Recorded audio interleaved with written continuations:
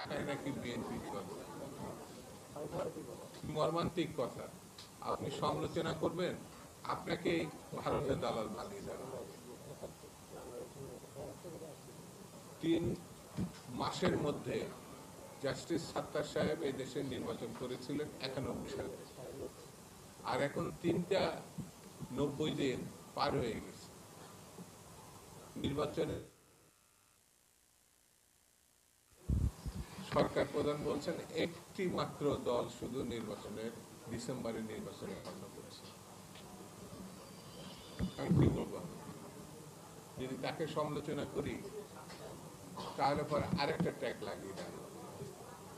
তবে এই কথা আমার কাছে এইটাই মনে হয়েছে, ডিসেম্বরে যদি আমরা নির্বাচন করতে ব্যর্থ হই তাহলে গণতন্ত্রের ভবিষ্যৎ অনিশ্চিত হয়ে যাবে। এই কারণে বলছি, গণতন্ত্রের বিরুদ্ধে যারা ষড়যন্ত্র করছেন পার্শ্ববর্তী দেশে তারা একটি অন্যতম উদাহরণ। আওয়ামী লীগ বসে আছে, এটা ভাবার কোনো কারণ নেই। এই স্বৈরতন্ত্রের সঙ্গে যারা দেশের বাইরে এবং দেশের ভিতরে আছেন, আমি বলবো গণতন্ত্র প্রতিষ্ঠার জন্য নির্বাচিত সরকার যদি ডিসেম্বরের মধ্যে আমরা প্রতিষ্ঠা করতে ব্যর্থ হই তাহলে আমাদের কপালে খারাপই আছে। এর ব্যাপারে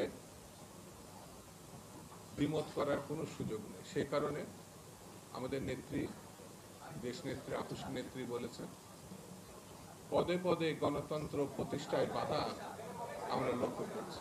পদে পদে আমরা গণতন্ত্রের জন্য আগেও জীবন দিয়েছি, ভবিষ্যতেও দিব, এই ব্যাপারে কোনো আপোষ নেই, কোনো আপোষ নেই।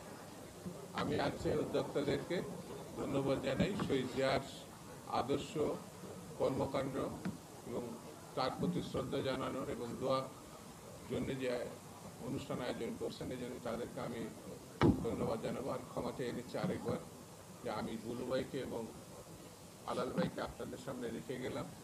আমার থেকে তারা ভালো বক্তৃতা এবং আমার থেকে তারা সংগ্রামী, সেই জন্যে এই পরিপূর্ণ অনুষ্ঠানটা শেষ পর্যন্ত আপনারা থাকবেন। শেষ পর্যন্ত থাকার, আপনি যদি উঠে যান, চলে যান, হয়তো জরুরি কাজ সঙ্গে একজন যেতে পারেন, যেমন আমি চলে যাচ্ছি, কিন্তু চেষ্টা করবেন শেষ পর্যন্ত থাকা। ধন্যবাদ। খুদা হাফেজ। বাংলাদেশ।